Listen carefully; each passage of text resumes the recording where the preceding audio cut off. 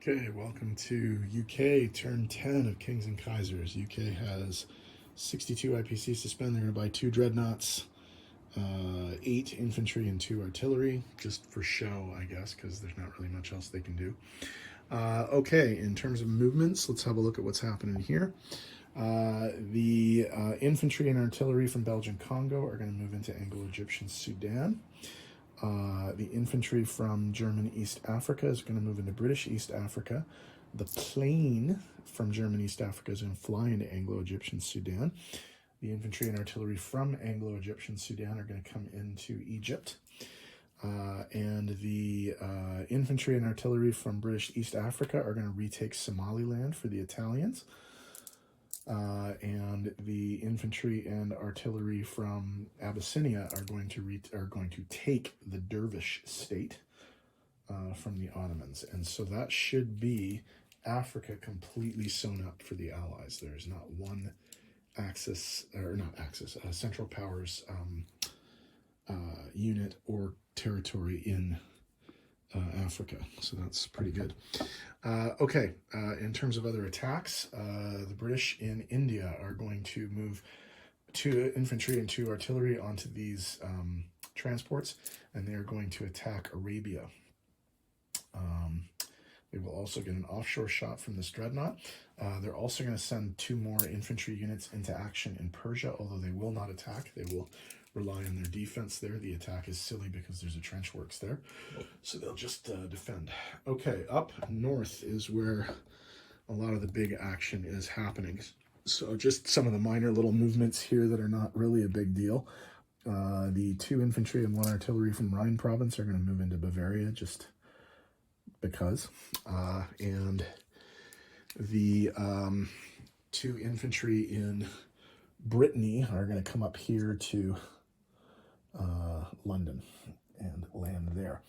All of the British forces in Belgium are going to load onto those 4 transports, and they are going to brave the mines in the Baltic Sea and try and do an amphibious assault on Berlin. Okay, supported by the 3 artillery and 2 infantry from Hanover, who are going to be coming in there.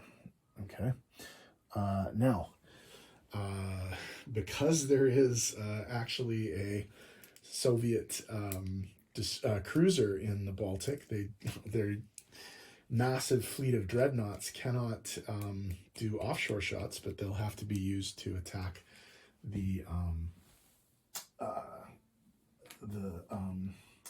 cruiser that's there.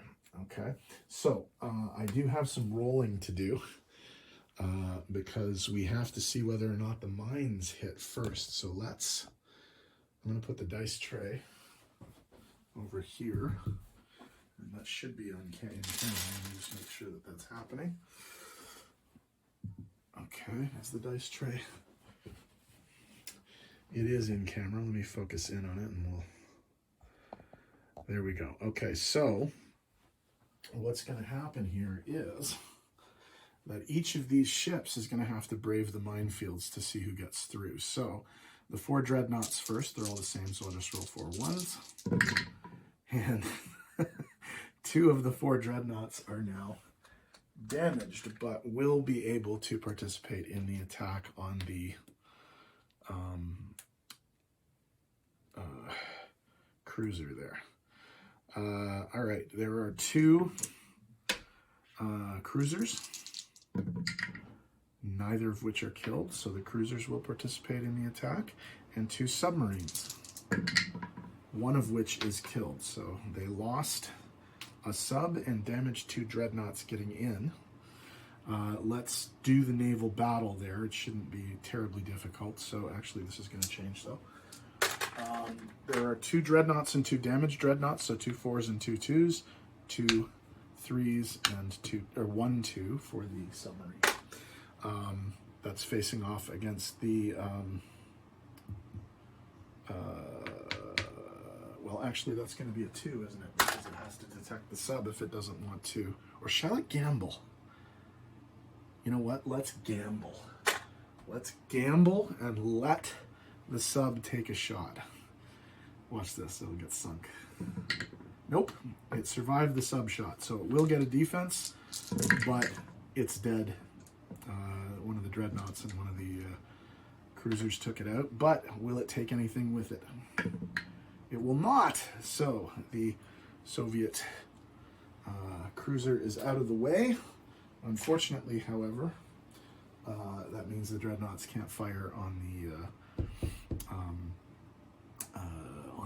amphibious landing. Okay, so 3 of these transports are taking an artillery and an infantry, and one of them is taking 2 infantry. So let's roll the 2 infantry to see if they get killed first, and they do not. And now the 3 boats with an infantry and artillery on them, one of them is sunk. Okay, so we have to kill one of these guys. So that means taking one of these dice away and one of these dice away, although that means that that die is going to be there. So, okay, so all of these ships are over here, and all but one of these guys is going to be landing. Now, the other factor as well is that the Germans have 5 artillery to fire at the guys coming off the boats. So we'll see if they lose any infantry coming off the boats. And they lost 1, so that's actually pretty good. That's not too horrifically bad. So we will lose 1 of those guys, and we will get rid of 1 of these dice. Okay, so the British are coming in with a remaining 5 artillery at 3 and 5 infantry at 3. So that these are going to be 3s. Actually, you know what? 1, 2, 3. Well, I don't have enough still, so I will just roll all of these. So the white die have to be, or the white dice have to be 3. So let's see what we got. Only 3 hits, so that wasn't a particularly strong attack. The Germans fire back with 12 3s. 5 infantry and 7 artillery, or 5 artillery and 7 infantry. And they take out 2, 4, 6, 8, 9.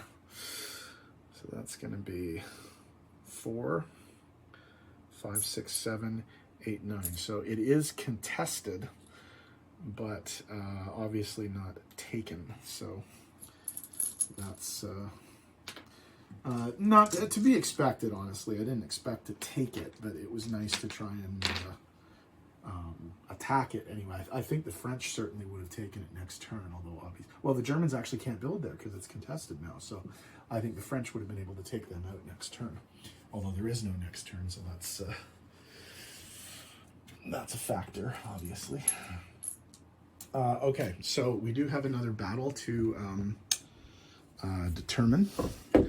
And that's down here. This is a rather important one because we are actually trying to prevent the Ottomans from being able to claim that oil point, although they might be in danger of doing it by just finishing this attack. If they can uncontest that Persia area, they will get the point back. All right, so the British are coming in with 2 infantry, 2 artillery, and an offshore shot. They need 2 hits here. And they got 1 hit, so they did not. Well, you know what, though? I think contesting it is enough because they don't own the territory, so they can't get the oil point for that. So I think that would be enough, actually. Okay, so the 2 defense, both hits. So we go to 1 and 1 and 1. Okay, so that's that. Arabia is contested. Dervish state is now British. Somaliland is now once again Italian. So we will have to adjust some things here. Okay, so the Ottomans are going to go down 2, and the Italians will go up 1, and then the Germans are going to go down 8 for contesting Brandenburg. So I think that's it. So let me go over here and adjust things. Okay, so we said that the Ottomans go down 2 from 27 to 25. The Italians go up 1 from 19 to 20. Do the Brits get any? No, they don't get anything for that. No. Central powers control no African territory, so that's true. There are now no Central Powers warships in the Atlantic, so that's true. That's not true yet. That's not true yet. Okay, so 6 IPCs plus 57 is 63 IPCs they're going to collect for this turn. Placing new units. So we'll just do it from this angle because it's easy. Okay, we'll put 2 new dreadnoughts for what they're worth right here. And we'll put 6 infantry in London. And then for the other 4 infantry, they're going to go down in West India. Not that it matters because I don't think the Ottomans are going to be able to get into there. Okay, I think that's the British turn.